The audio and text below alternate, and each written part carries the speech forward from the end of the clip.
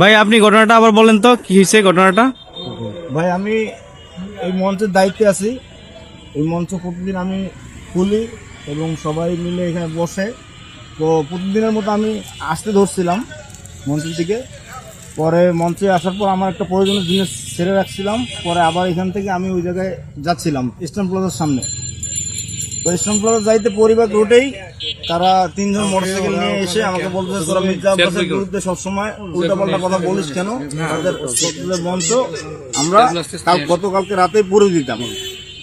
এখন তোরা কোনোদিন আর ওই জায়গায় সভা সমাবেশ করতে পারবি না, ওই জায়গায় যেন কোনো লোক না দেখি বলে এই কথা এক দুই কোথায় ওর সঙ্গে কথা হচ্ছে আমার। পরে পিছন দিক দিয়ে একজন চাকু বের করে আমার গলার মধ্যে টান দিতে ধরছে। পরে আমি হাত আগাই দিছি, হাত আগাই দিতে হাত আমার কেটে গেছে। কজন ছিল? তিনজন ছিল তারা। হেলমেট পরা? আর পিছন দিক দিয়ে মনে করেন যে একটা লাথি মারছিল। একজন নেমে লাথিটা মারার পর তারা বুক করে মোটরসাইকেল উঠে চলে গেছে। হেলমেট পরা তিনজনে? হেলমেট পরা। তিনজনে হেলমেট পরা। নামছে কয়? একজন নাম। দুইজনে হুন্ডাই ছিল, একজন নিচে নেমে আঘাত করছে।